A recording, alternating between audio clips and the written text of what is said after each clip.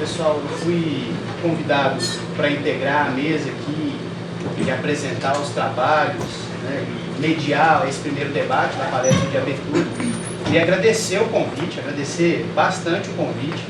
Corroboro as palavras da Miriam, eu sou aluno aqui da UFMG, me formei, fiz a graduação, mestrado, estou terminando o doutorado. Vou terminar, ele vai chegar, né? Eu vou defender, isso vai acontecer. E desde que eu estou aqui, em 2002, foram muito poucas as iniciativas na área de ensino de história, como seminários, como isso que está acontecendo.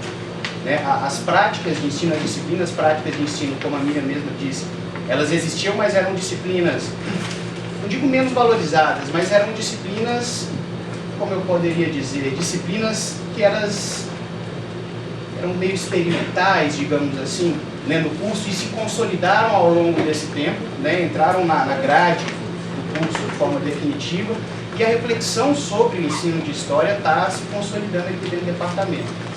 Eu sou aluno do programa de pós-graduação e sou um recém-professor, né, sou professor do departamento de história da UniBH, inclusive em nome do departamento de história da UniBH, manifesto a nossa ajuda, a nossa vontade de colaborar, qualquer, né, coisa que precisarem de nós, inclusive vamos buscar essa aproximação. Né, e afirmar que para mim, como estudante, é muito bom ver uma iniciativa que partiu dos estudantes, sabe? Eu acho que vocês merecem realmente muito parabéns, assim, porque essas iniciativas, elas, a partir do momento que elas se consolidam, né, e ganham vida, e uma vida longa, e, né, vão pavimentando essa travessia, elas têm tudo para estimular outras iniciativas dos alunos, sabe? Então, assim como há outras iniciativas aqui, o Encontro de Pesquisa em História, as oficinas de paleografia e várias outras atividades e grupos de pesquisa, vocês foram muito bem sucedidos em criar esse novo lugar de produção do conhecimento histórico. Tá? Então, para acabar com as delongas, eu queria realmente parabenizá-los, porque não é fácil, né, e vocês estão conseguindo. Tá? Dando prosseguimento, eu queria apresentar o nosso palestrante de abertura. É um prazer para mim abrir essa mesa, porque eu sou leitor da obra do Valdeir, sabe? O que ajudou muito no meu mestrado, a sua obra, então é muito legal para mim estar compartilhando essa mesa.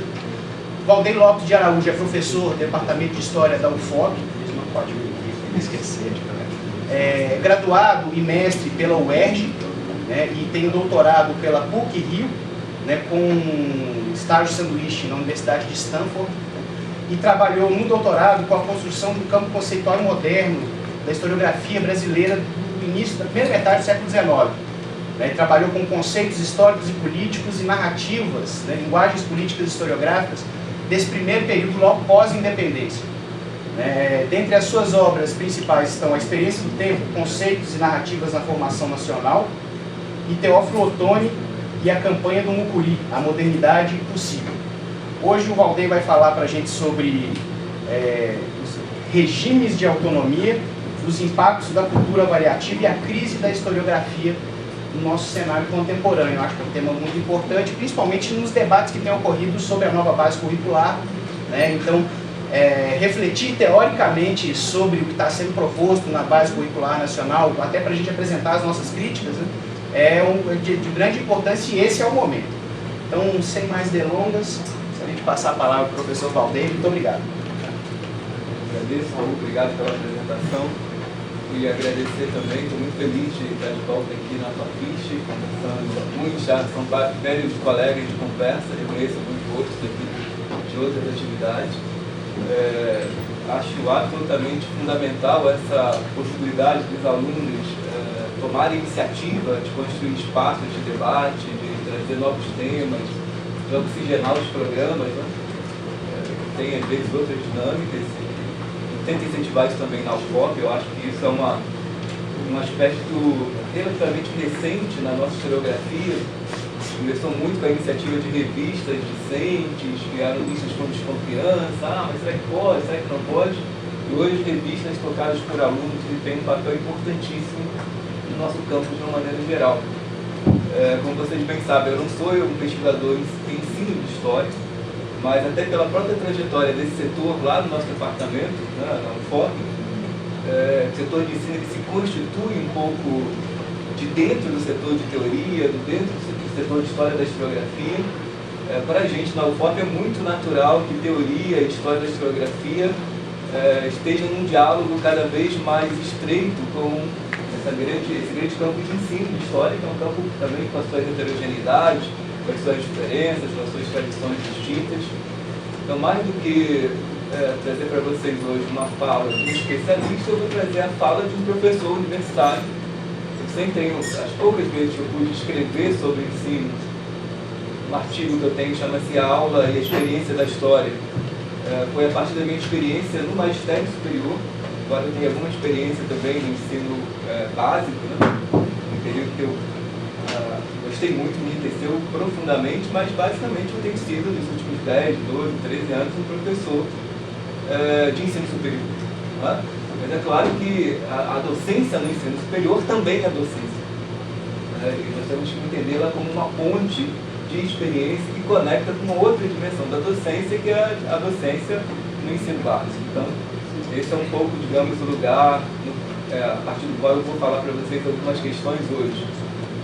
Uma outra experiência mais recente que me motivou a pensar nessas questões nos últimos 2 anos e meio, eu fui pró-reitor de pesquisa e pós-graduação da UFOP.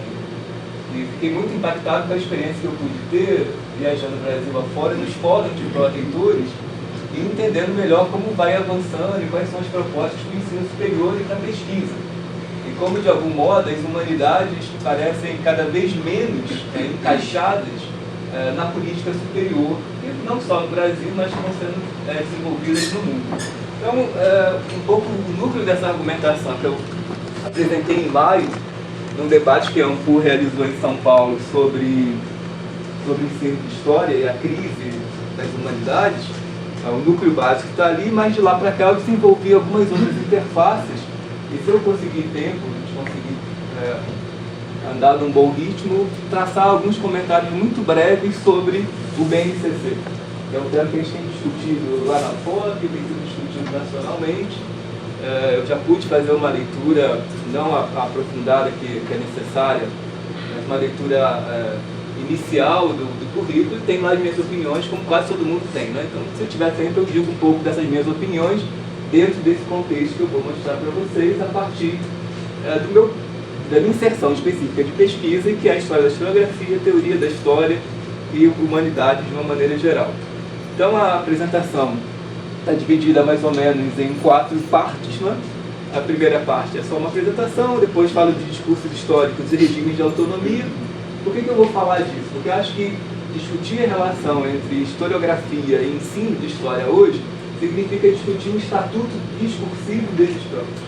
Então, se discute muito hoje, eu acho que se não é um consenso, é alguma coisa bastante fundamentada, que a história ensinada está numa dimensão distinta da historiografia disciplinada, da historiografia como um campo de pesquisa universitário.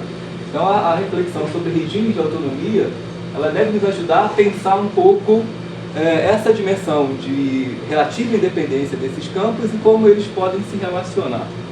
A segunda parte é um pouco o discurso histórico da especialização científica e seu regime de autonomia.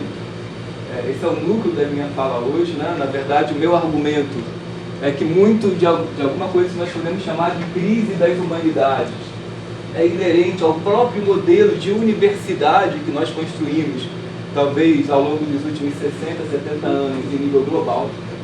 Então a pergunta, se o meu argumento faz sentido, a pergunta que nós deveríamos fazer é qual o futuro das humanidades no modelo de universidade tecnológica e de inovação que se tornou consensual entre as elites globais. Essa, para mim, me parece ser a grande pergunta. A universidade, a gente sabe, ela se transformou ao longo da história ocidental.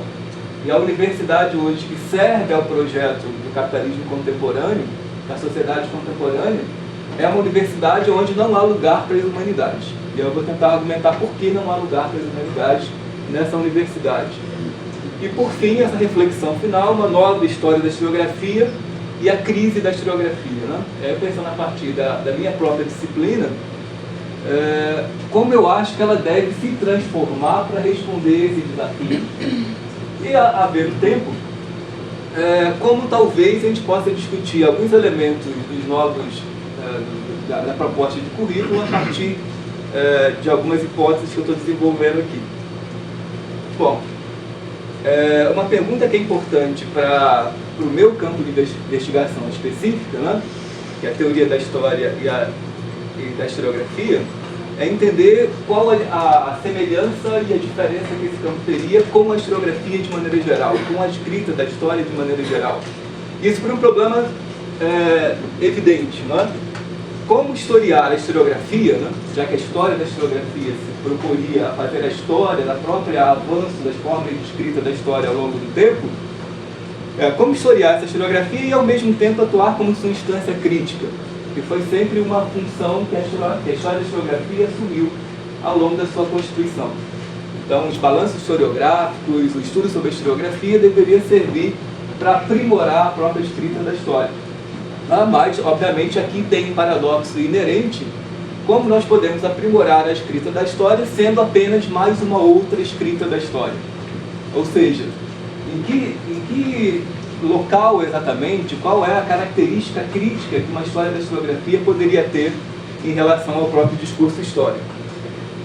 Como ampliar seus objetivos, né, da história da historiografia para fazer jus, e aí é o elemento que vai nos interessar hoje mais detidamente, a variedade das formas de apresentação da história.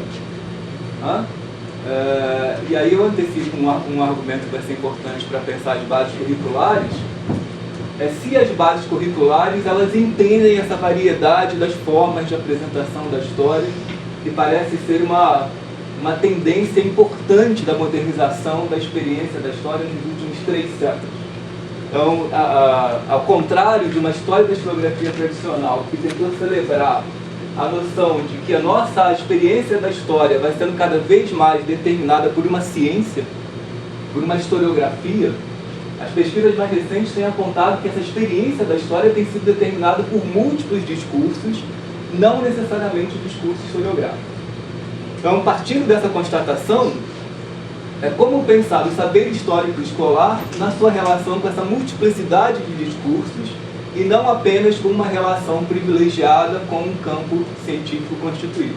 Vou responder a pergunta pelo lugar da história em o nosso mundo, o lugar da historiografia. Eu estou deixando aqui a palavra história para se referir à realidade histórica, e aqui na verdade eu estou pensando com uma certa ambiguidade qual o lugar das apresentações da história e qual o lugar da história como condição humana no nosso mundo, que seria a pergunta mais fundamental.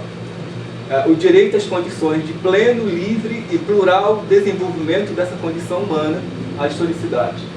Eu acho que quando nós lemos a Base Nacional Curricular, a pergunta fundamental que nós deveríamos nos fazer não é se ela é capaz ou não de impor uma pedagogia, de impor uma doutrina sobre valores que o nosso presente considera fundamentais e que naturalmente esses valores mudam ao longo da história.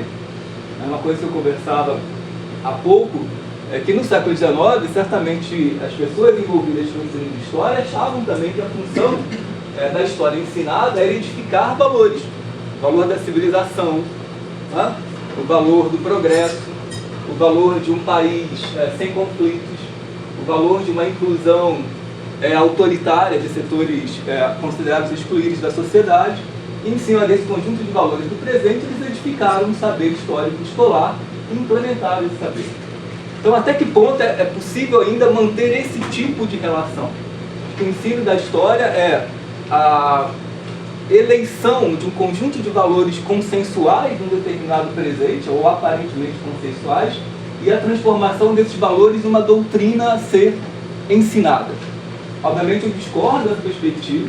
Eu acho que as nossas bases curriculares, da forma como elas estão, em grande medida, elas apostam nessa direção da transformação de certos valores que são importantes hoje, mas a transformação desses valores em valores encaixotados para a transmissão, e apostam menos no que eu acho que deveria ser algo, obviamente seria difícil propor isso de maneira prática nesse momento, mas o objetivo central que deveria ser o direito às condições de pleno, livre e plural desenvolvimento dessa condição humana da historicidade.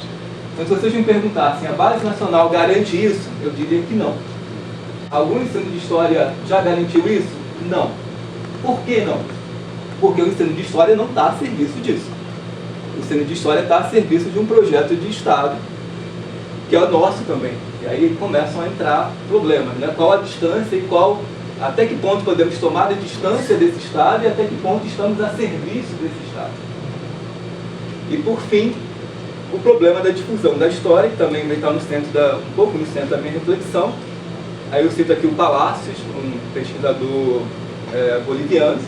A difusão da história, sua recepção e o acesso às condições de possibilidade de sua produção como um centro de um possível ensino de história. Bom, agora eu faço um pouco uma queda nessa parte introdutória e vou discutir um pouco com vocês a noção dos discursos históricos e dos seus regimes de autonomia. É um pouco para a gente poder entender também aonde o discurso histórico escolar, onde o saber histórico escolar estaria inserido dentro de um conjunto mais amplo de apresentações da história. Então, a minha afirmação primeira é que, em determinadas circunstâncias, a experiência da história disponível pode se organizar em discursos históricos sustentados por regimes de autonomia. Então, temos 3 categorias aqui que me parecem importantes. Acho que a mais importante dela é a experiência histórica. Se a história é uma condição humana, se a historicidade é uma condição humana inalienável, essa condição humana se transforma em experiência humana. Então, nós podemos falar que a historicidade é uma condição humana e que os homens, pela sua própria condição, experimentam a história e experimentam no duplo sentido, como alguma coisa externa, mas como uma coisa externa. Experimentam no sentido de experimentos. É através da historicidade, da temporalidade, que nós podemos construir e experimentar a realidade. Não é? É claro que essa experiência não se dá de maneira desarticulada, essa experiência tende a se articular. Essa experiência se articula, em algumas vezes, em alguns momentos históricos, em discursos, não é? Em regras de apresentações históricas. E eu afirmo que esses discursos, então, se sustentam em certos regimes de autonomia. Como o discurso, naturalmente, depende de uma prática social, ele tem um conjunto de práticas sociais que permitem que ele exista de uma forma e não de outra, e que ele se diferencie do tecido geral das enunciações. É um pouco o que eu digo adiante aqui, ó. O que é, então, um regime de autonomia? É o arranjo de forças que possibilitam um determinado discurso ganhar individualidade e diferenciar-se no tecido de enunciações disponível em época e lugar definidos. Um regime é o modo de descrevermos como a interação dessas forças possibilita, afeta e configura os discursos, em especial a relação entre os vetores autor-produtor, leitor, circulação, consumo, linguagens, conceitos e mídias. Bom, naturalmente, há uma história dos regimes de autonomia que pode ser escrita. Né? A gente pode mapear a evolução desses regimes e a transformação. O que eu faço aqui apenas como ilustração é uma passagem rápida de uma possível história desses regimes. Não é? Então nós teríamos um primeiro regime discursivo histórico que se organizava a partir de certas afirmações transcendentais, que poderiam ter fundamentação religiosa ou poderiam ter fundamentação filosófica, por exemplo. Não é? Nós temos um regime retórico exemplar, onde a apresentação histórica é um elemento dentro de um aparato retórico mais amplo que tem correspondências sociais, né? Muito claras, e naturalmente esse regime retórico exemplar, com diversas figurações, ele se estendeu do mundo clássico até os séculos XVII e XVIII. Um regime erudito vernacular, que coincide um pouco com a história da erudição desde o século XIV, do século XV, do século XVI. Um regime que eu chamo aqui de filosófico compilativo, que teria emergido um pouco junto com o que o Benedict Anderson chama de capitalismo editorial. Um regime do realismo literário. Todos nós sabemos que o romance se consolida como gênero no século XVIII como uma forma de história, e não como uma forma de ficção. E até hoje, uma parte da experiência histórica que nós temos disponível, ela é feita pela tradição do romance, pela tradição que hoje a gente chama de literatura, e não apenas por outras formas discursivas. Esse que nos interessa mais aqui essa manhã, é um regime disciplinar profissional. Esse regime disciplinar profissional ele vai se transformando e se constituindo entre o século XIX e o século XX. Um regime didático escolar, que no caso do Brasil parece se constituir na segunda metade do século XIX. E por fim, o que eu quero falar um pouco mais para vocês hoje, um regime de especialização científica na segunda metade do século XX. Então, a minha hipótese é que nós não temos uma espécie de grande continuidade do regime disciplinar profissional que começou no 19 até hoje. Então, que a ideia de uma grande história, da história como um substituto mítico da nação, assentado a partir de um certo conjunto de regras que vai se formando ao longo do século XIX, isso de fato dura um certo tempo, mas com a mudança dos padrões científicos na segunda metade do século XX, esse modelo do 19 ele vai entrar em crise. Se a gente pode falar em crise, uma das crises que nós deveríamos pensar é a crise do modelo disciplinar profissional, e em que sentido essa crise explica alguns aspectos daquilo que nós vivemos hoje. Né? Então, se esse modelo disciplinar profissional está em crise, e ele historicamente estabeleceu relações com o modelo didático escolar, ele estabelecendo relações de tradução mútua, de conflito, de disputa de espaço, né? Obviamente não há uma transposição, não há uma relação de mera simplificação entre esses dois discursos. Joaquim Manuel de Macedo não está simplificando Van Hagen, as relações são bem mais complexas, mas há relações, à medida em que essa dimensão disciplinar profissional vai se enfraquecendo nessa segunda metade do século XX, se complexifica também ou muda a dimensão da relação entre o didático escolar e o profissional. Bom, aqui é apenas uma imagem ilustrativa para mostrar que esses diversos discursos históricos, eles só são discursos históricos porque eles são capazes de serem identificados socialmente. O que transforma um conjunto de apresentações num discurso? A capacidade que a sociedade tem de reconhecê-los. Né? Se não há esse reconhecimento, não há um discurso propriamente dito histórico. E é claro que ao longo da nossa história mais recente, diversos discursos históricos são socialmente reconhecidos. Qualquer pessoa é capaz de reconhecer que o romance, por exemplo, que a dimensão literária é capaz de produzir apresentações históricas e que é possível aprender história lendo romance. Assim como é possível aprender história na escola, assim como é possível aprender a história num livro de historiador especializado, assim como é possível aprender história num livro de compilação de um jornalista, de qualquer pessoa que tenha escrito. Bom, os discursos históricos, mesmo considerados em suas variedades, não monopolizam a experiência da história. Esse é um outro elemento importante. A experiência da história ela não está também armazenada nesse conjunto de discursos e suas apresentações. Há também o que estou chamando aqui de formas discretas de apresentação e modulação da experiência da história e usos da cultura histórica. Essas formas, entretanto, não chegam a constituir sistemas sociais relativamente autônomos. E aí eu cito apenas alguns exemplos, muito provisórios, do que seriam essas apresentações históricas discretas que não configuram necessariamente discursos históricos, mas que estão aí a todo momento. Historiografias confessionais, historiografias públicas, historiografias populares, tradições ou linguagens políticas historiográficas, historiografias leigas ou amadoras. Quer dizer, essas formas discretas certamente se utilizam do material produzido nos discursos históricos.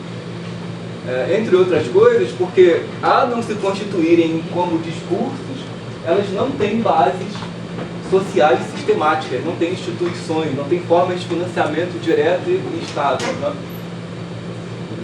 Bom, isso posto, eu quero falar um pouquinho dessa última forma, e naturalmente isso é uma hipótese, vocês devem discordar disso, mas o que eu estou dizendo é que o modelo de disciplina que o século XIX construiu não é o modelo de disciplina dentro do qual nós estamos. Eu estou chamando o modelo de disciplina dentro do qual nós estamos de especialização científica organizada em torno da noção de avaliação. Então, o que eu vou tentar mostrar para vocês é como, no contexto brasileiro, esse regime avaliativo foi sendo implantado na mesma medida em que o Sistema Nacional de Pós-Graduação se implantou no Brasil nas últimas décadas. Então, a hipótese é a montagem do Sistema Nacional de Pós-Graduação, que começa em plena ditadura, em 1975, criou um sistema homogêneo de avaliação, com o lado positivo de realmente envolver os pares e as áreas de conhecimento. Apesar disso, o modelo de ciência induzido é o voltado para as STEM Sciences, né, as matemáticas e exatas, apesar das suas pequenas concessões. nós temos uma situação antes de 1975 de grande variedade de modelos de pós-graduação no Brasil. Não é verdade que a pós-graduação começou depois do sistema. Você tinha diversas universidades, naturalmente, que ofereciam pós-graduação, ofereciam mestrado, docência, doutorado. A questão é que havia uma variedade muito grande e, mais importante para o sistema, e esse é o diagnóstico, havia o que eles consideravam uma grande ineficiência do sistema. As pessoas demoravam muito tempo para fazer suas teses, demoravam muito tempo da perspectiva dos avaliadores para defender suas dissertações, e as universidades tinham quase uma liberdade total de criar esses cursos e de configurar esses cursos. Então nós saímos de um momento de uma grande variedade dos modelos formativos para um momento onde esses modelos formativos vão sendo homogeneizados no sentido da estabilidade, no sentido da produtividade desse sistema. Porque partia-se de um diagnóstico de que era a partir desse sistema que surgiria a ciência e a tecnologia capaz de modernizar o Brasil para o capitalismo, para os novos desafios do capitalismo que eram evidentes aí nos anos 70. Então esse modelo forçou a produção historiográfica a se focar na alta especialização e nas pesquisas de curto ou curtíssimo prazo, algumas vezes de 1 ou 2 anos, como pedem os editais ou as dissertações, na publicação preferencial de artigos sem limite quantitativo, quanto mais melhor, em avaliação de méritos insuficientes ou ausentes, de mérito intrínseco, de mérito substantivo, e, em nosso caso, sem avaliação de impacto. No nosso caso, eu digo aqui no caso da historiografia. Tá? Não há avaliação de impacto na avaliação da historiografia acadêmica produzida. O que, na minha opinião, é bom e ruim. É bom que impediu que a área entrasse no mercado do impacto, né? No mercado editorial do impacto, que é um mercado muito caro para a biologia. Hoje, se você quer publicar numa revista como a Nature, você vai pagar 4, 5 mil reais para publicar um artigo na Nature, porque se considera que tem alto impacto, então é uma grande vitrine. Então a história não tem isso, e foi bom. Por outro lado, você pode chegar ao topo da carreira universitária produzindo artigos que ninguém lê. Porque também não se produziu formas alternativas de avaliação desse impacto. E isso é importante para o desenvolvimento do argumento adiante. Então, na ausência de um modelo eficaz de avaliação de revistas e livros, embora aqui possamos falar em melhorias pontuais nesse sistema de avaliação. Em resumo, o modelo incentivou e incentiva a alta produção, muito especializada, porque naturalmente, se você tem que produzir rápido, isso desincentiva recortes amplos, fragmentado e com pouco impacto, tanto interno a cada área, quanto externo no âmbito do campo ou da sociedade. Então, o modelo do Sistema Nacional de Pós-Graduação afirmou a universidade como local privilegiado da pesquisa, sem que a carreira docente fosse suficientemente reestruturada. Mas o fato é que ser pesquisador no Brasil significa ser docente do ensino superior. Então, se há um ethos do jovem pesquisador, ele está mais ligado ao modelo pesquisador-docente e cada vez menos ligado ao horizonte profissional, que estava, por sua vez, associado às disciplinas tradicionais e à avaliação substantiva de qualidade do conhecimento produzido. Então, como explicar essa situação?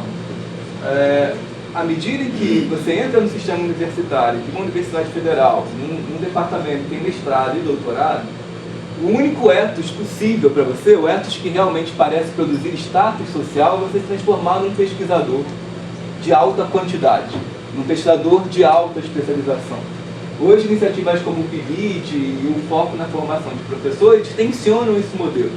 Mas essa tensão ainda é incapaz de produzir transformação, porque não adianta tensionar o modelo na universidade se a carreira do magistério básico continua sendo uma carreira de pouco status social.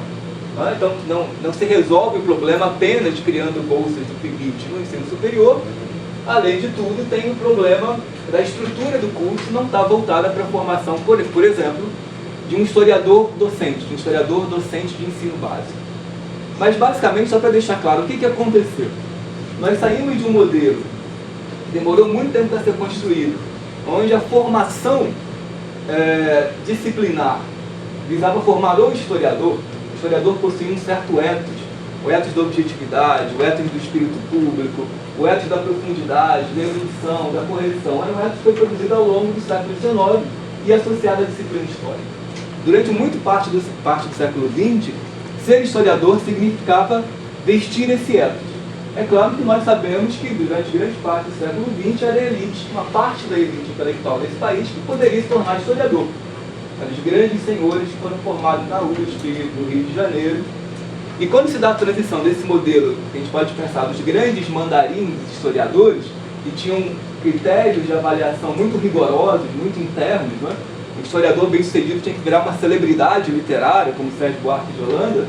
Nós largamos esse modelo para adotar o modelo da universalização conduzida pelas STEM Sciences. Então agora você é um operário da ciência, você produz vários artigos isolados e esse é o destino da produção científica nesse novo modelo.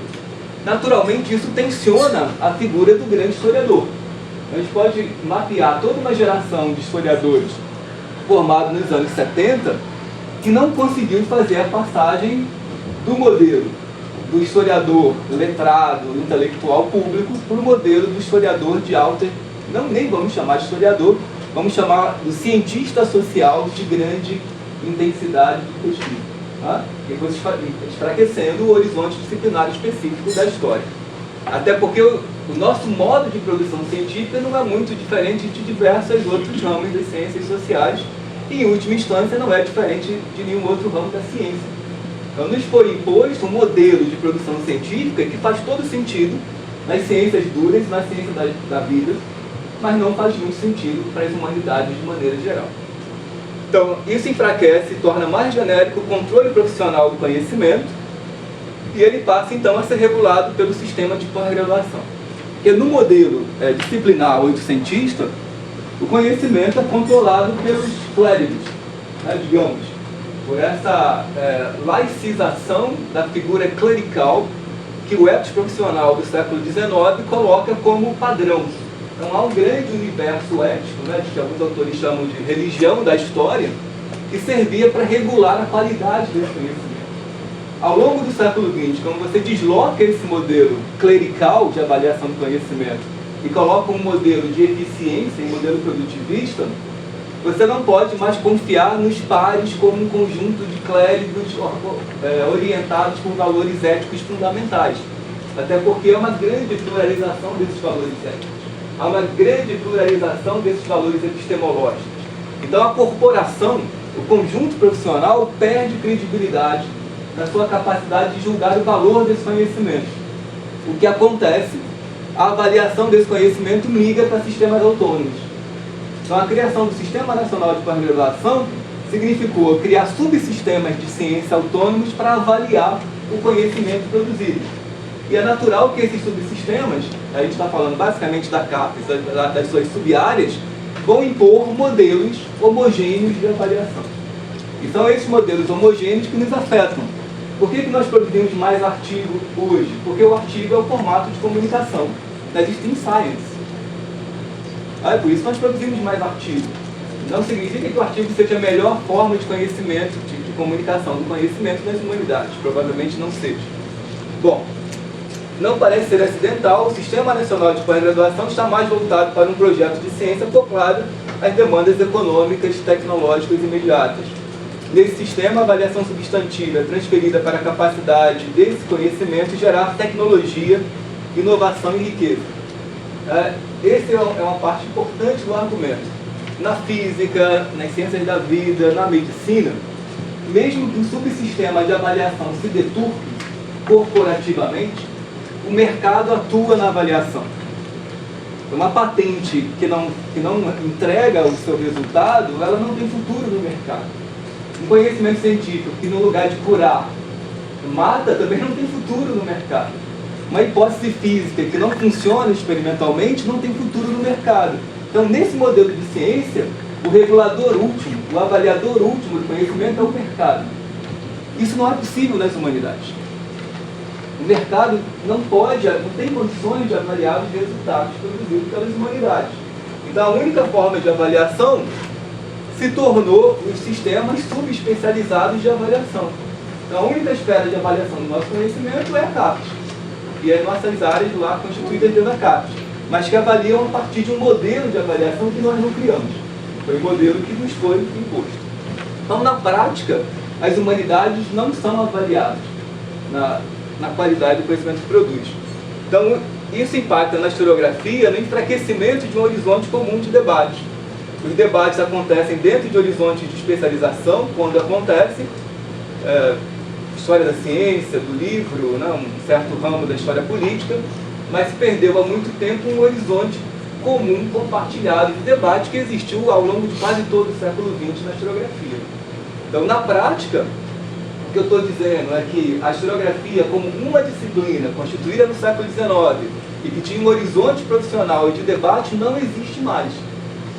O que existem são diversas subdisciplinas dentro de um mesmo modelo de cientificidade que podem ter debates internos ou não. Mas não há um grande campo de conhecimento que nós possamos chamar de a historiografia.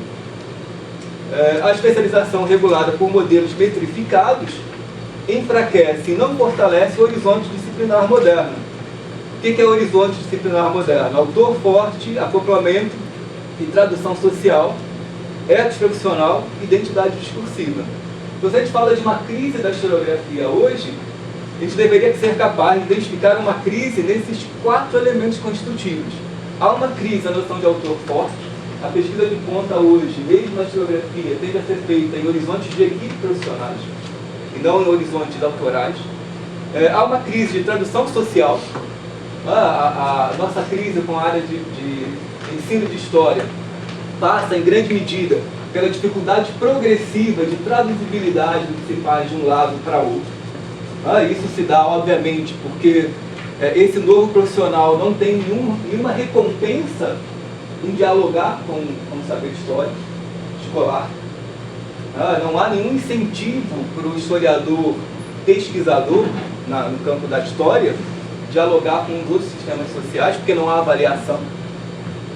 E não há também um grande projeto ético-social por trás dessas disciplinas. Há uma crise, naturalmente, no ethos profissional e uma crise de identidade discursiva com a emergência de uma pluralidade de subdisciplinas com tradições muito próprias.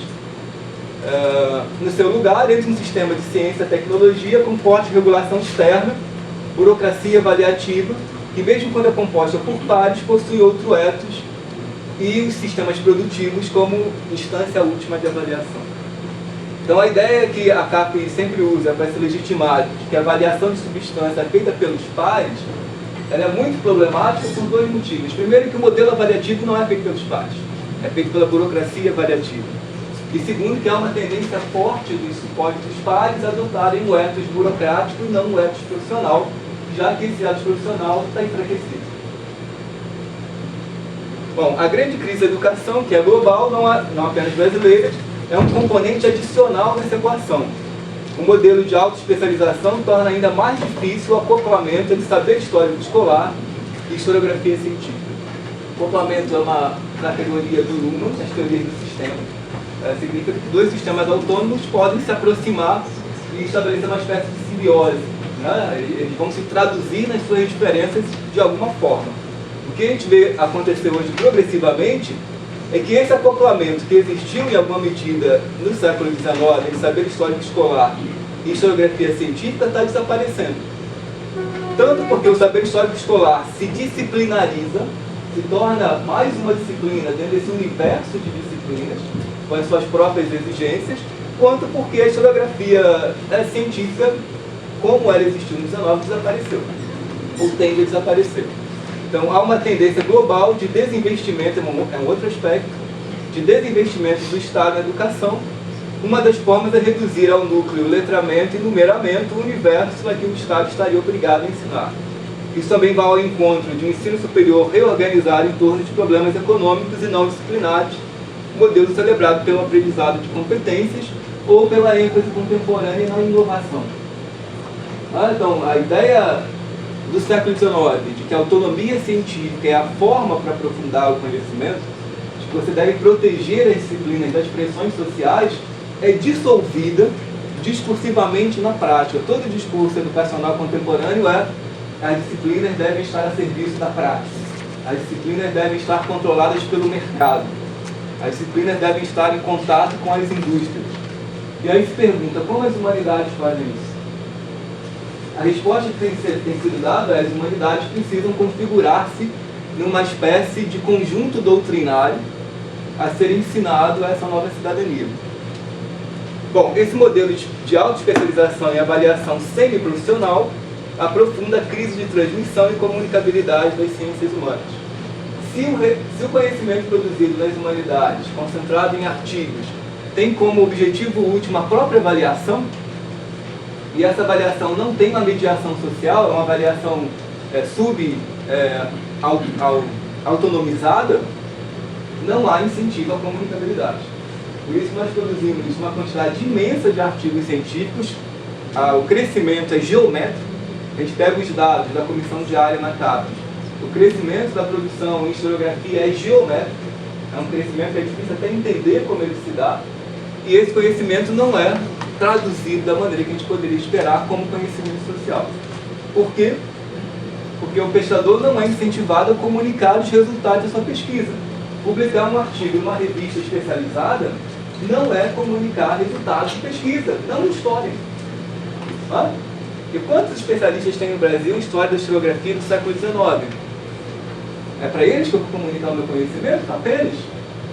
Eu não tenho mais tempo de pegar, por exemplo, transformar num artigo de divulgação, de transformar num material didático. Se eu fizer isso, meu programa de pós-graduação perde ponto. Eu termino um artigo e entre outros.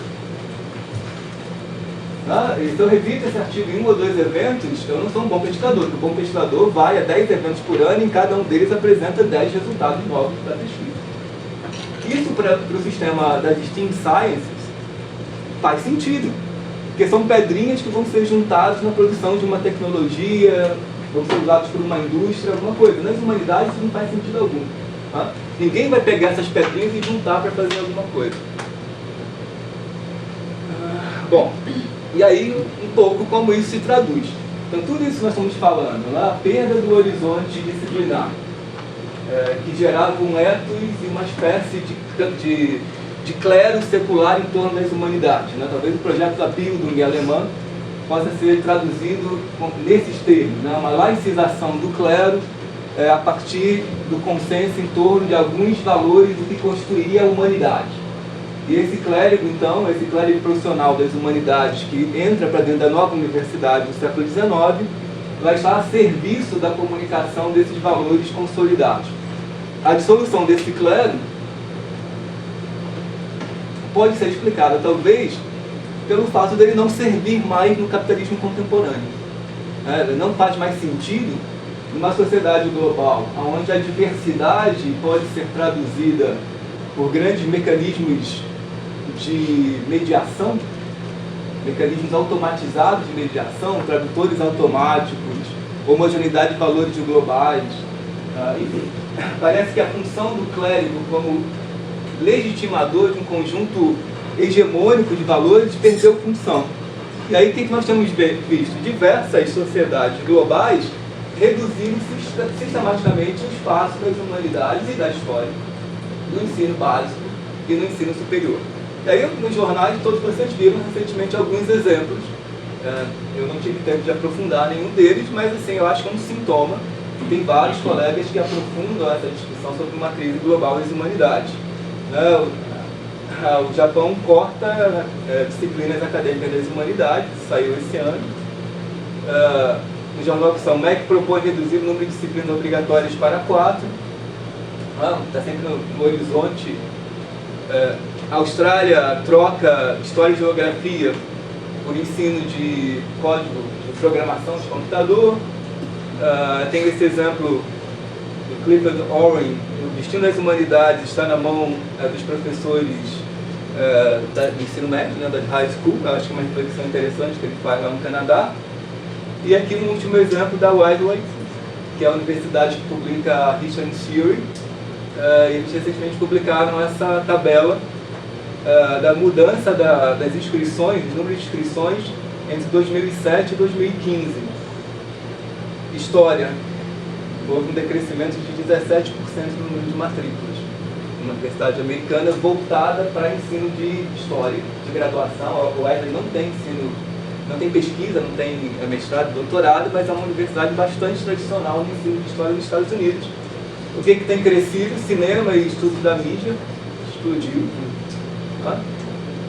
História da arte Música, menos 30, História da Arte, menos 28, Inglês, menos 23, né? Matemática subindo, mais 39, Ciência da Computação, 109, Economia caindo, Psicologia um pouco crescendo também, Ciência Política, menos 27%.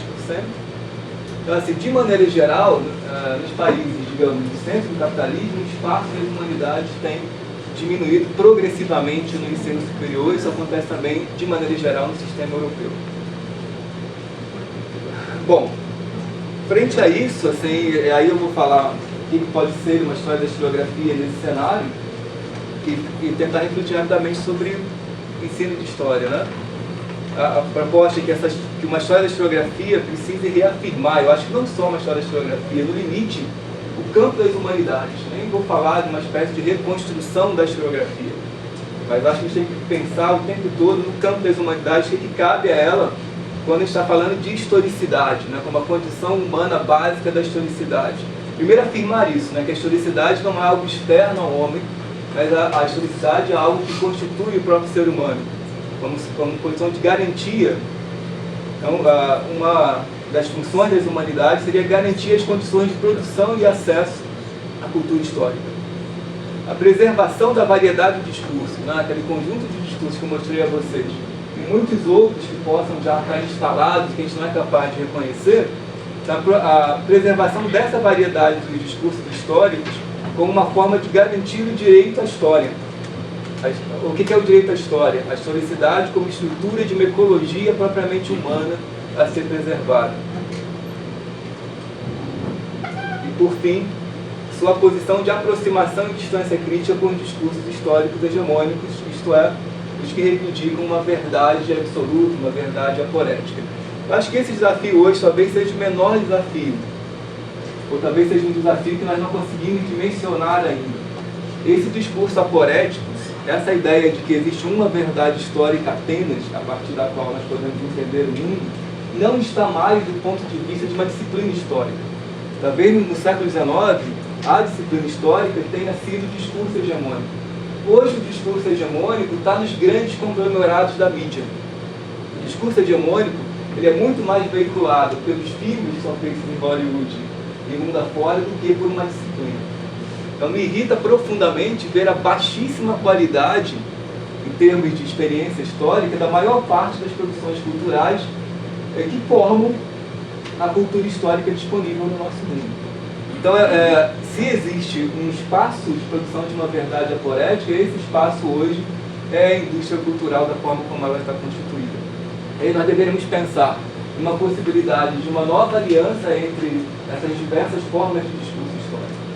Então, o saber histórico escolar, a história disciplinada, ou pelo menos as múltiplas formas como a história é disciplinada hoje no mundo contemporâneo, repensar as conexões entre esses diferentes discursos históricos no enfrentamento desse achatamento da experiência histórica representada pela indústria cultural, pela indústria do cinema, pela indústria das séries, que também produzem coisas muito extraordinárias, mas na média produz um tipo de horizonte histórico bastante achatado, que a gente poderia pensar que explica uma das fontes do presentismo, né?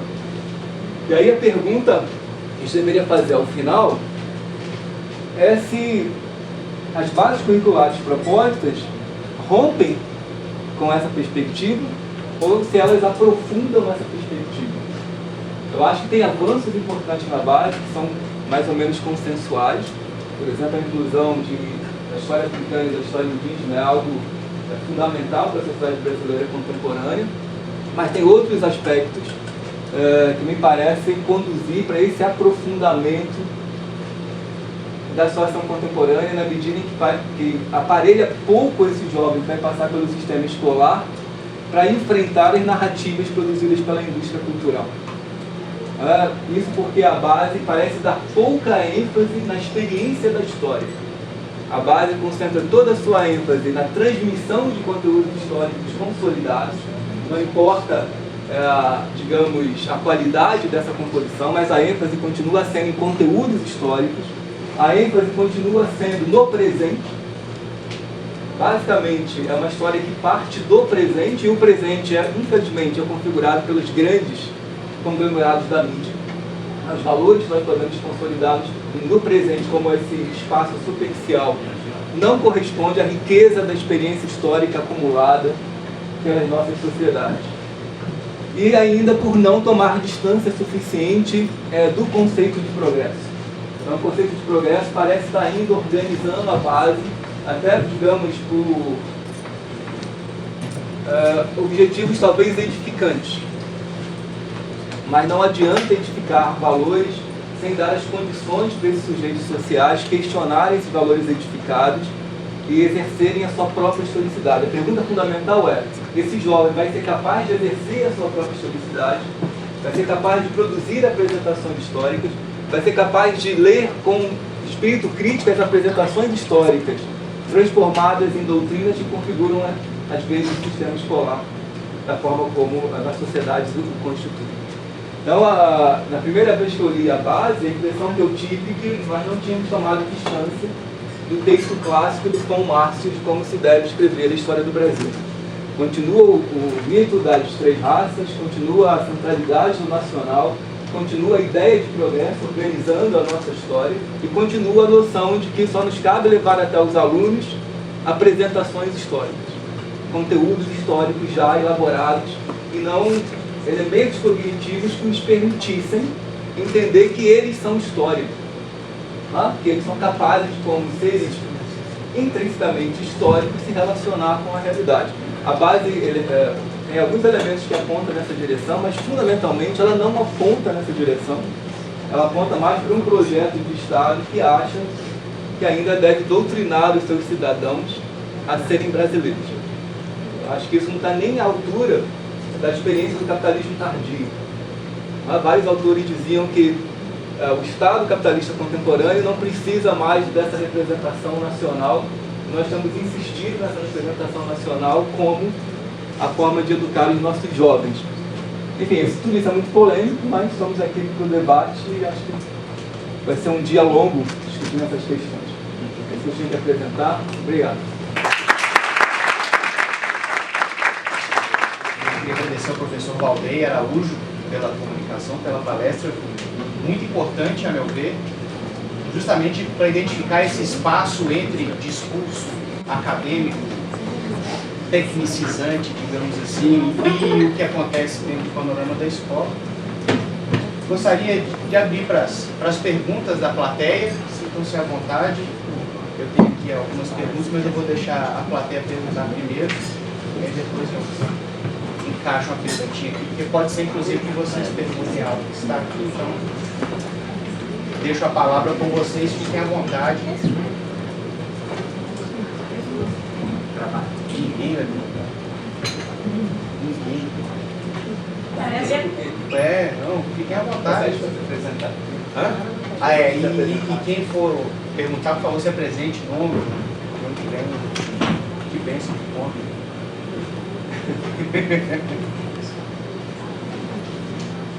Eu sou Luciana, sou professora da rede pública, também sou psicopedagoga, educadora no geral. E no final foi bom que você fechou amarrando tudo que você apresentou com a base. Seria bem ampla essa minha pergunta, aí você pode responder do jeito que você quiser. Quais seriam então as suas sugestões, bem de maneira resumida? O que, se fosse você para escrever esses pressupostos da base, esse novo conteúdo, o que você colocaria, que você falou aí no final, o que você não acha interessante? O que você colocaria no lugar do que não achou interessante? Raul vai fazer uma rodada ou já responde? Vamos fazer perguntas e respostas diretas? Eu acho que é melhor. Suas marcas.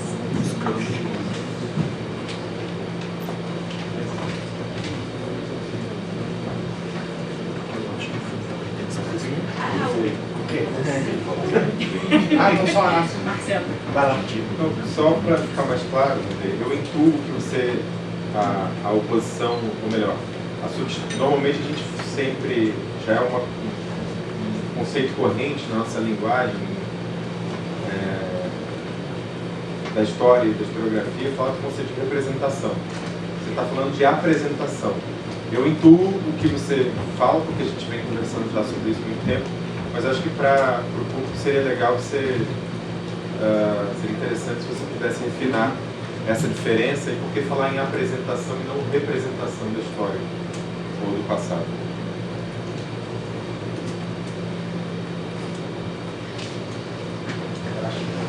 Eu sou Francisco, professor da graduação da História.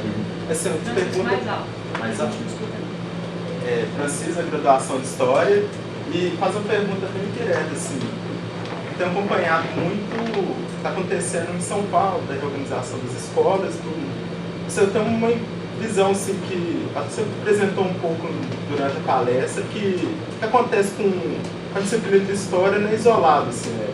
É uma coisa que vem do capitalismo, vem da educação como um molde para o mercado de trabalho, assim.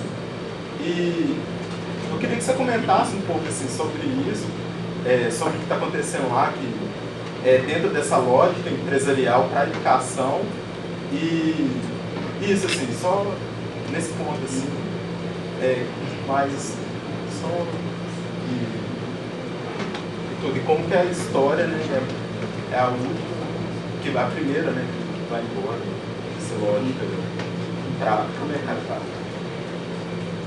Vamos pegar essas 3 primeiras e aí depois a gente parte para a nova rodada? Tá bom. Luciana, assim, claramente eu não teria competência para escrever as bases, por exemplo. Não é minha especialidade. Eu apontei, e sempre é muito fácil para especialistas de alguma coisa apontar o que poderia ser melhor aqui e ali. Mas eu acho que esses 3 elementos que eu insisti são muito graves. Eu acho que deixar embutido de maneira não problematizada uma noção de progresso. Então, toda vez que o século XX aparece na base, sugere, não está claro, não está dito, mas sugere sempre abordagens de progresso, de complexificação social, de emancipação. Fala-se muito pouco no aspecto trágico da história do século XX, fala muito pouco dos aspectos negativos do século XX. O primado de que o mais próximo e o presente é o local a partir do qual você parte no ensino. Eu acho isso absolutamente tem alguma fundamentação pedagógica, mas na história eu costumo brincar, e não sozinho, tem vários autores que dizem tão importante quanto contextualizar, é importante empoderar o aluno para ele desatualizar o seu próprio tempo. Você vai simplesmente dizer para o aluno, olha, o seu presente é esse. Esses poderes estão constituídos, a sociedade é isso, o Brasil é isso, e cabe a você se traduzir nisso. Esse ensino não é empoderador, esse ensino não é emancipador. Acho que esse ensino teria que mostrar que esse presente que é dado é uma das possibilidades da história, e não a única possibilidade da qual você tem que ser inserido. Por isso, um outro elemento central, se concentrar menos na transmissão, que eu estou chamando aqui de maneira provocativa, né? Da transmissão doutrinária de conteúdos, e se concentrar mais na construção de cognições, da construção de repertórios e travessias próprios que cada professor e cada turma deveriam fazer no processo educativo, e não ser imposto uma travessia. Eu acho que o currículo, da forma como ele foi constituído, é uma travessia única, e eu acho que é muito problemático começar por uma história do Brasil, que nós sabemos que tem um potencial enorme de ser uma história doutrinária, e ensinar para essa criança, olha, você antes de mais nada é um brasileiro. Eu não acredito nisso. Nós sabemos que ser brasileiro é parte da nossa história, mas foi uma opção e uma dor que nós temos, que foi produzida por tragédias, foi produzida por fechamento de perspectivas. Então, uma história que parte pela naturalização do ser brasileiro nos primeiros anos da escolaridade já sufocou completamente as possibilidades desse aluno escolher outros caminhos, escolher outras realidades, escolher outros presentes que pudessem ser construídos. Eu acho que a lógica em si das bases, ela tem esses pecados originais. E aí, realmente, teremos que discutir se até faz sentido uma base como esse conjunto de conteúdos da forma como ele foi colocado. Por outro lado, eu acho que mudando alguns elementos pontuais se melhoraria a base, como a ideia de progresso embutido, o foco na nação, acho que deveria ser mudado, e no meu aspecto em particular, a concepção de tempo é uma concepção externalista, Então o tempo é pensado quase exclusivamente como representações do tempo. Então como se o aluno tivesse várias representações e ele escolhesse essas representações, e eu acredito que o tempo é constitutivo. O aluno tem a sua temporalidade, é uma condição dele ser um ser temporal, ele temporaliza o mundo onde ele vive. Se você não consegue ensinar um aluno que ele é capaz de temporalizar o seu mundo, que ele é apenas consumidor de apresentações prontas, você transformou a relação desse aluno com o passado como uma relação de consumo. É uma educação mais para o consumo do que uma educação para a formação, propriamente dita. Para o Marcelo, a questão das apresentações, exatamente por isso. A representação é só uma das maneiras que nós temos de lidar com a historicidade. Nós representamos, nós podemos fazer um filme, podemos escrever um livro, podemos apresentar um material didático, mas as representações, elas sempre se aceitam em apresentações. Tem uma certa materialidade do passado e tem duas grandes fontes. Uma é a materialidade que nós herdamos, são os objetos, a língua, são patrimônio histórico acumulado. Isso não são representações, isso são presenças do passado, que a base em nenhum momento questiona. Para a base, o passado são apenas representações, o tempo são apenas representações, a única realidade é o presente. Então, se você vai ensinar uma história para um aluno, em que você explica para ele que todo o passado que ele vê são meras representações, que o passado não impacta nele verdadeiramente, que o passado são simples representações, essa educação não é transformadora, porque essa educação apenas vai reproduzir o presente, vai reproduzir o presentismo como uma lógica onde todo o passado disponível é o passado construído, é o passado representado. Então a noção de apresentação garante um espaço para a realidade dos tempos históricos, agindo no presente, para a multiplicidade dos tempos históricos agindo no presente. Então o futuro está no presente e o passado está no presente. Então a noção de simultaneidade não pode ser apenas ensinada como uma possibilidade isolada. Ela tem também que estruturar o ensino de história. Temos que ensinar os alunos que eles podem aprender a história também nos registros da simultaneidade, e não apenas no registro da sucessão. A base até quebrou as sucessões tradicionais, mas a história, a concepção de tempo da base continua sendo, como o Benjamin dizia, um tempo vazio e homogêneo. O tempo da base ainda é um tempo vazio e homogêneo. E a questão da reorganização das escolas, eu acho que é um exemplo claro de que nós estamos no mundo. Claro. Sobre essa segunda questão. Não ficou claro para mim essa diferença entre apresentação e representação. Claro. Só uma parte da se você exemplificar a partir da disciplina dos anos 80, talvez alguma coisa possa ficar mais em forma sujeita. Isso. Tem uma certa compreensão filosófica que já estava na historiografia tradicional, que o passado é uma dimensão morta. O passado passou, e a única forma de você se relacionar com o passado é representando esse passado, né? Produzindo imagens desse passado que não tem efetivamente uma relação com esse passado, mas que é o único passado possível. São os passados das representações. Existe uma ontologia alternativa, que vem pela fenomenologia e por outras tradições filosóficas, que pensa que o passado, na verdade, claro, é representado, mas o passado também é presença. O passado também se acumula sobre o agora de múltiplas formas. Se acumula como duração, se acumula como objeto cultural, se acumula como uma língua que vem sendo desenvolvida.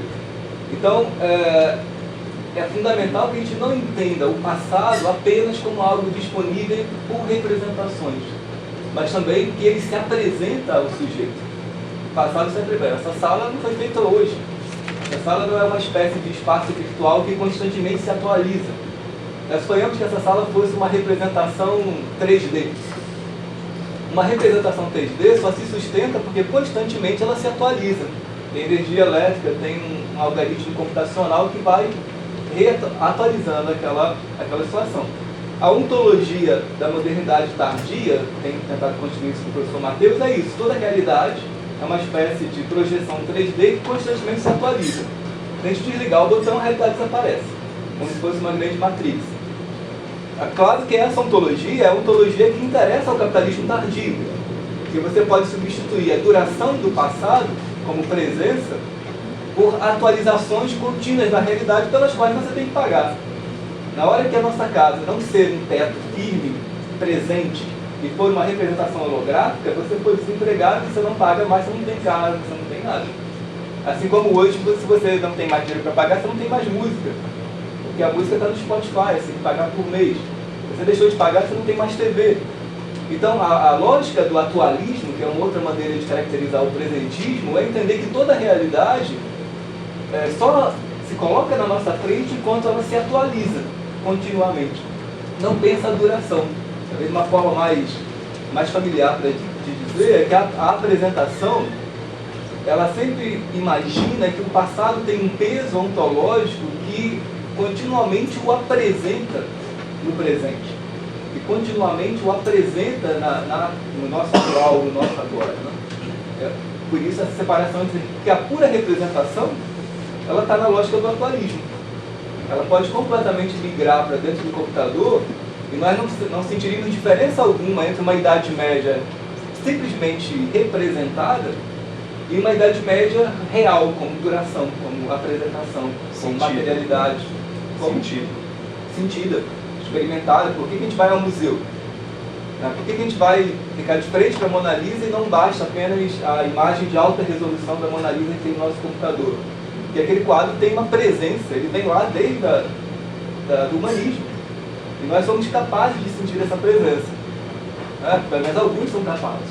Todos que vão lá. Eles vão ser educados para isso, né? Porque alguns serão, outros não. Muitos vão para tirar uma outra foto.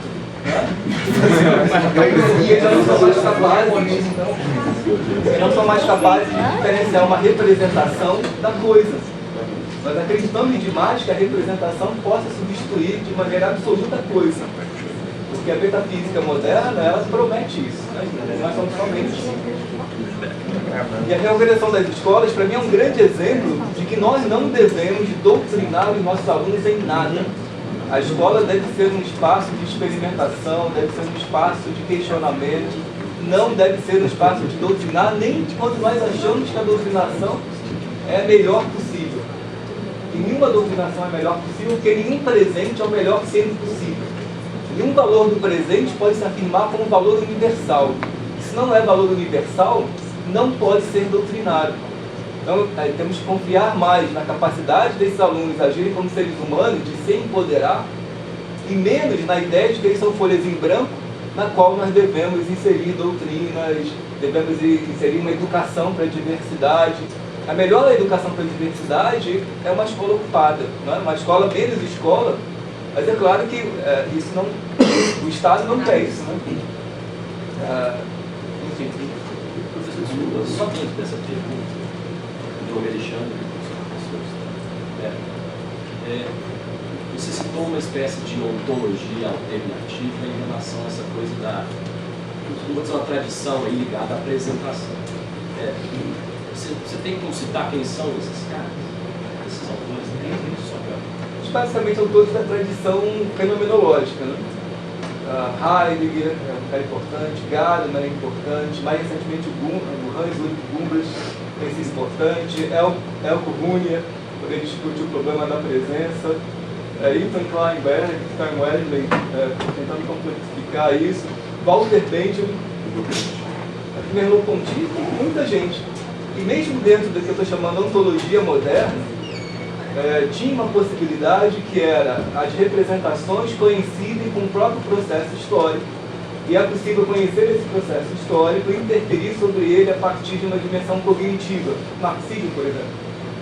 Bem que as bases esvaziaram completamente essa dimensão cognitiva, ou esvaziaram bastante essa dimensão cognitiva, e o passado aparece apenas como uma espécie de versão empobrecida de cultura histórica. É um conjunto de representações, digamos, socialmente aceitáveis, que vão ser apresentadas aos alunos. A dimensão cognitiva ela existe lá, quando abre a possibilidade de você pensar múltiplas formas de representação do tempo. mas já é comprometida pelo próprio conceito de que o tempo possa ser experimentado apenas como representação. É claro que o tempo ele se materializa em representações, mas o tempo estrutura a nossa cognição.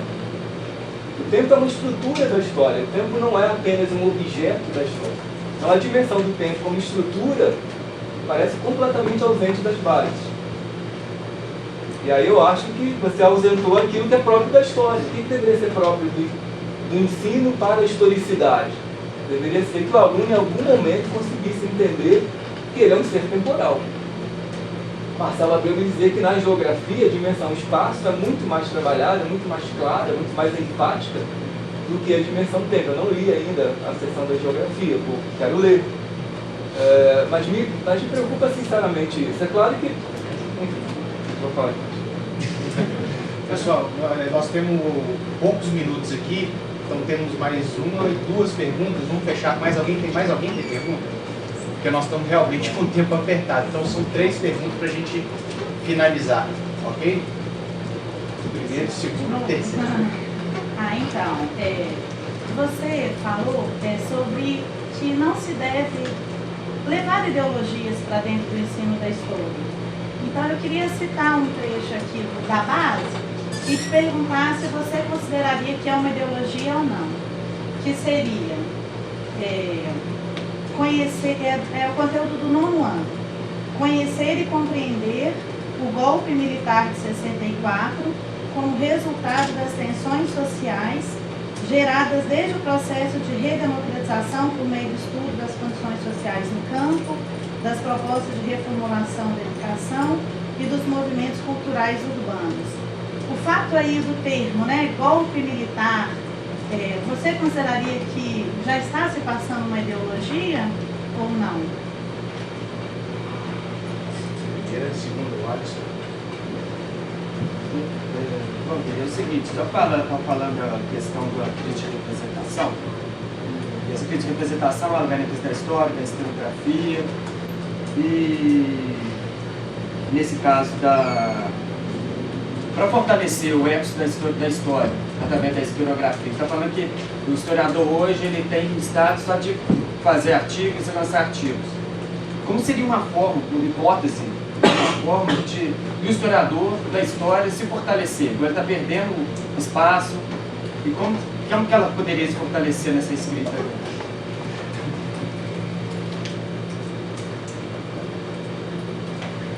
Eu queria só fazer uma abordagem desse contexto, como professora de história, e eu percebo que realmente é esse mercado que nós temos agora, essa juventude, é que vai dar esse salto.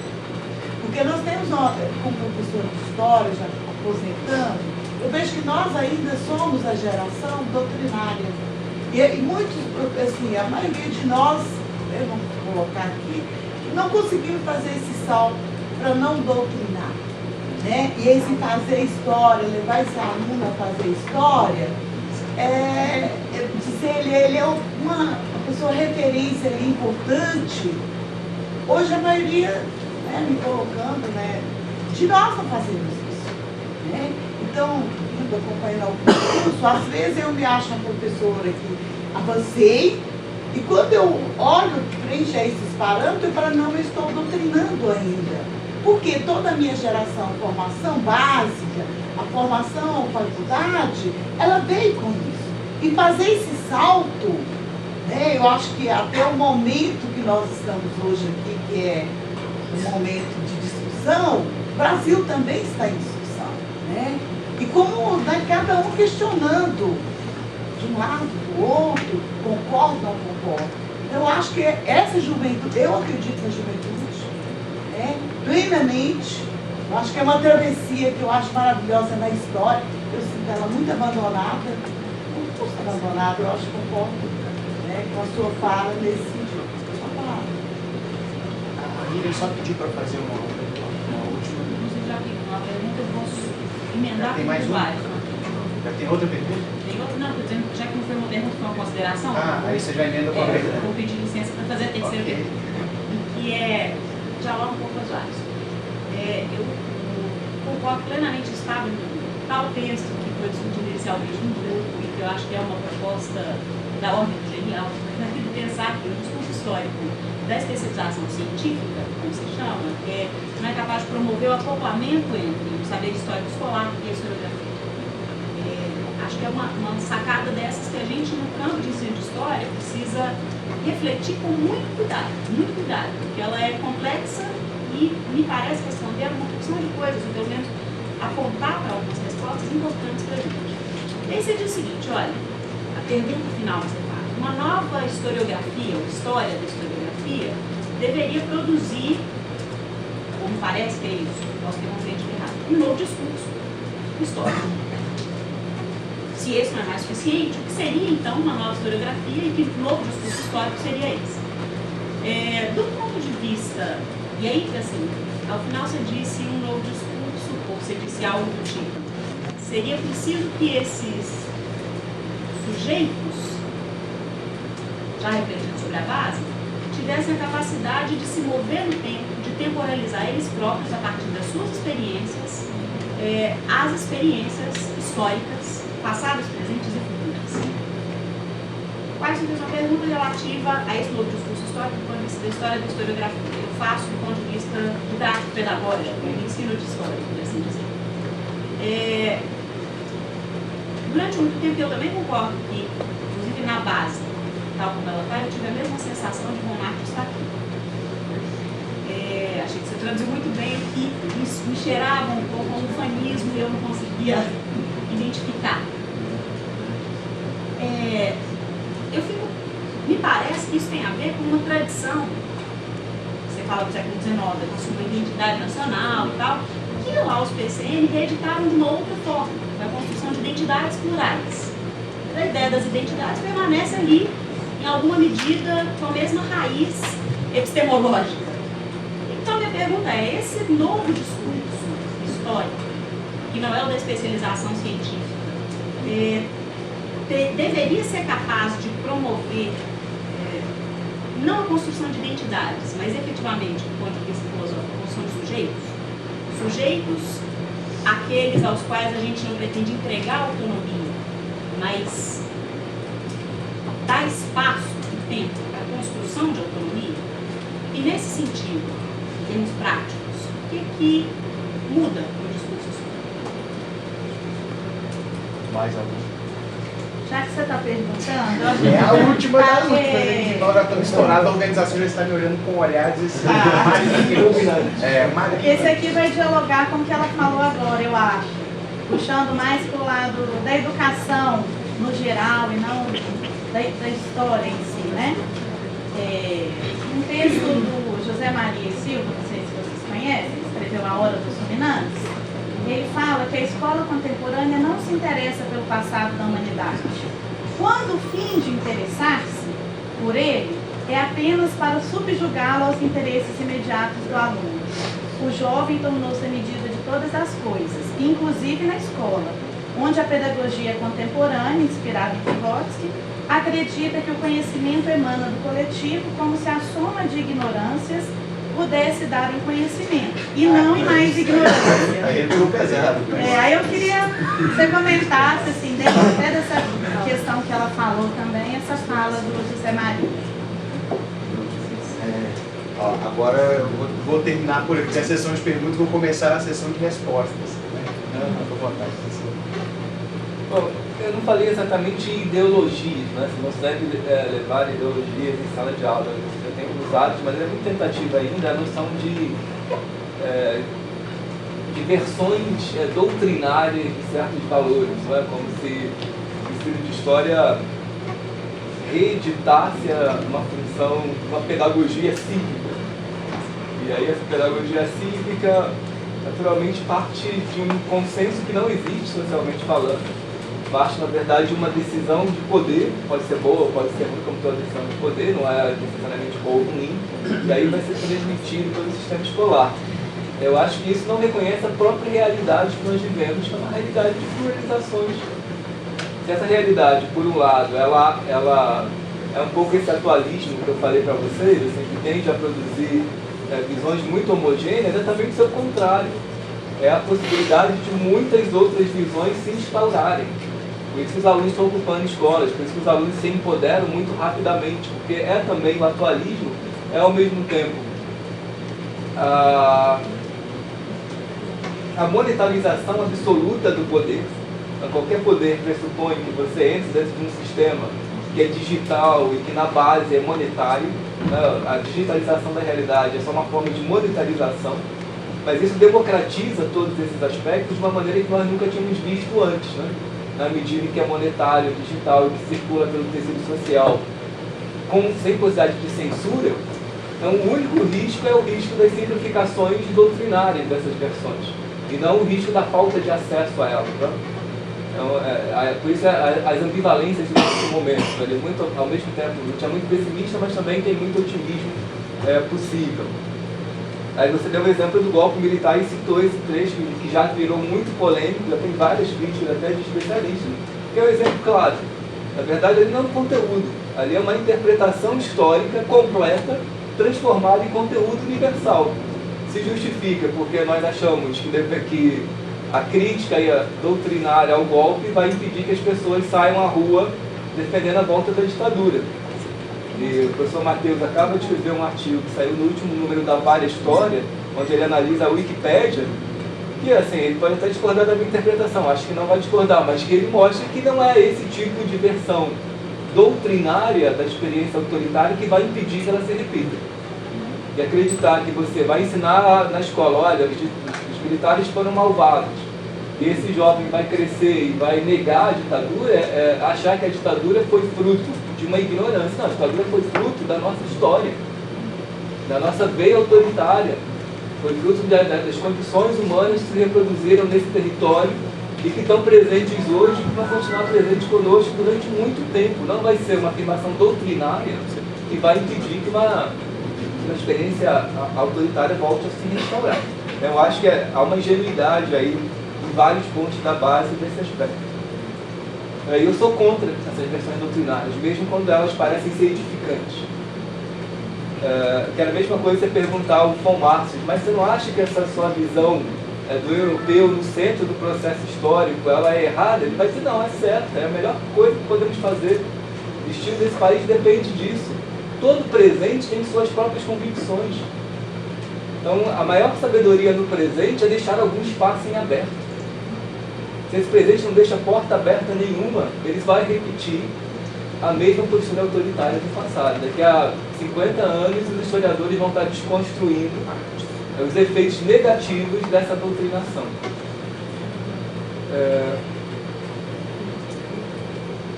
Eu acho que o fortalecimento das humanidades passa pelo enfrentamento radical desse modelo que foi consolidado nas universidades. Esse enfrentamento só pode partir de nós transformarmos a comunicação social no centro das humanidades e não a produção de conhecimento novo. As humanidades deveriam estar mais preocupadas hoje em como permitir que a nossa sociedade possa explorar ao máximo objetos do passado de alta complexidade, que nós temos diversas culturas, então nós temos um legado cultural humano acumulado de altíssima complexidade, e nós estamos trocando esse legado cultural de altíssima complexidade pela ideia de que o presente é mais complexo do que isso. Novamente o exemplo da base, nós estamos trocando o legado de alta complexidade do mundo clássico e do mundo medieval por espaço doutrinário. Claro, eu não estou dizendo que tiraram, eu acho até que foi perverso na base, ampliar o espaço para a história indígena e histórias africanas, tirando o mundo clássico como se, para colocar o mundo clássico, olha, vou tirar a África indígena. Não é isso, não. Tira o excesso de conteúdo que ainda tem na base e cabe tudo. O mundo clássico e nenhuma história precisa estar apresentada ainda naquela estrutura conteudística. Né? Ou então deixa a base mais flexível. Crie estruturas onde a própria escola, enquanto comunidade, possa decidir também que histórias ela quer em determinado momento. Então eu acho assim, que há uma arrogância no presente que complica a base. Mas fundamentalmente as humanidades precisam perder a obsessão de produzir conhecimento novo, de produzir, no caso da história, uma espécie de relato e registro total da história, uma perspectiva que o Borges vai ironizou no famoso conto dele sobre rigor na ciência, né? Você produz um mapa que é igual ao real. Um mapa que é igual ao real não serve para nada. Né? Nem uma memória absoluta, como Funes, o Memorioso, também outro conto de Borges. Então a historiografia tem que sair desse beco sem saída que ela entrou e falar, a nossa tarefa é transmitir para essas gerações novas que há experiências no passado que são insuperáveis, que há dimensões do passado que na sua complexidade, na sua importância, no seu valor, nunca vão ser superadas. Então retomar o conceito de clássico, que é uma coisa que um autor como Gadamer já propunha nos anos 60. Então, se as humanidades entrarem no atualismo, se as humanidades acharem que o conhecimento humano é só o conhecimento do presente, é o presente se apropriando do passado como se fosse algo a ser usado, como se fosse uma roupa, como se fosse um produto, realmente as humanidades não servem para nada. Elas só servem se elas conseguem transmitir para as gerações novas que chegam ao mundo que coisas importantes aconteceram e que elas podem se apropriar dessas coisas importantes. Se isso não é dado, não tem sentido. Mas é claro que eu acho que, independentemente das humanidades, isso vai sempre acontecer, que os seres humanos são assim. Agora, pode ser que as humanidades desapareçam. O passado não vai desaparecer, mas as humanidades podem desaparecer, se ela não conseguir enfrentar essa nova complexidade. Miriam, legal que você pegou a questão do acoplamento. Eu acho que esse é um dos problemas centrais nessa reconfiguração. Eu acho que a área de ensino de história tem mais condições hoje de propor esse reacoplamento do que a área de história.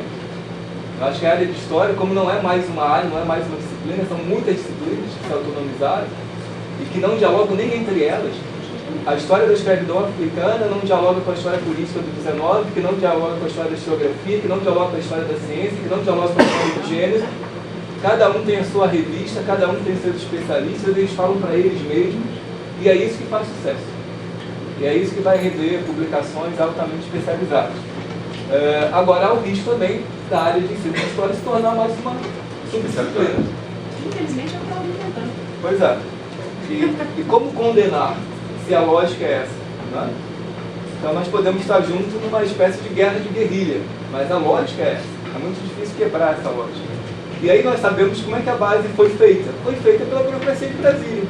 Por mais que colegas especializados, muito importantes, inteligentíssimos, tenham dado suporte à base, a concepção da base, a própria necessidade da base já tinha sido decidida pela burocracia. Tá? Então o modelo vai só se reproduzindo. E aí surge esse debate estranho que a gente foi convidado a fazer, né?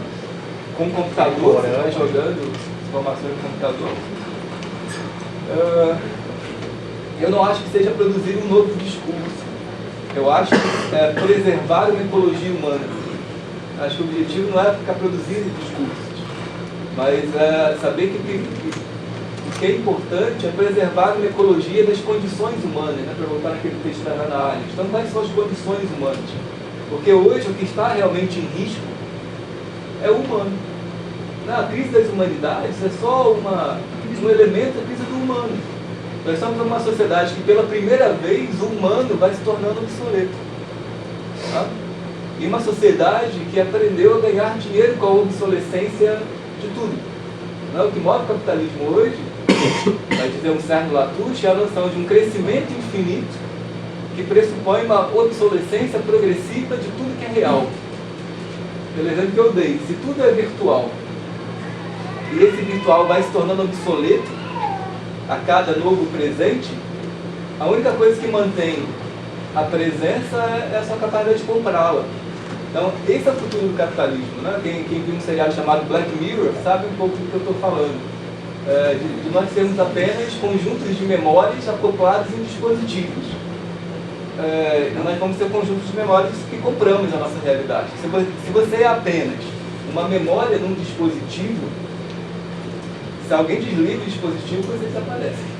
Mentira, já tomaram. Então, a ideia é como as humanidades podem colaborar na preservação da ecologia humana. Eu acho que esse é o objetivo. Como se faz isso é difícil. E sobre a questão da soma das ignorâncias, né? Claro, eu acho que a expressão é muito forte, mas ele pega em algo importante. O elogio da realidade, o elogio da prática não pode ser uma desculpa para a sua manutenção. É óbvio que o ser humano é capaz de produzir coisas muito inovadoras, mas o ser humano também é capaz de apenas reproduzir estruturas do seu mundo. Então, se você pega alguém que está muito bem confortável dentro da sua situação social e entrega para ele um ensino que é reflexo disso, esse ensino não pode ser transformador, independentemente da classe social. Então, se um ensino de elite é incapaz de produzir uma desestabilização no mundo daquele aluno, ele não serve para muita coisa. Então, não é só o problema de os pobres são ignorantes e oferecer um discurso que seja igual a essa pobreza, um discurso pobre. Não. O discurso do rico na sociedade é absolutamente pobre também, pode ser absolutamente pobre. Simplesmente confirmar esse discurso do rei do camarote, quem não quer ter uma Ferrari? Eu acho engraçado aquela polêmica do rei do camarote, ele começava dizendo isso, quem não quer ter uma Ferrari? Então, na classe social dele, se naturaliza a ideia de que ter uma Ferrari é um valor absoluto. Então, o ensino que eu vou dar para ele vai traduzir esse valor, então? Enfim, eu já falei demais, mas isso que eu podia falar hoje para vocês. Bom, queria agradecer.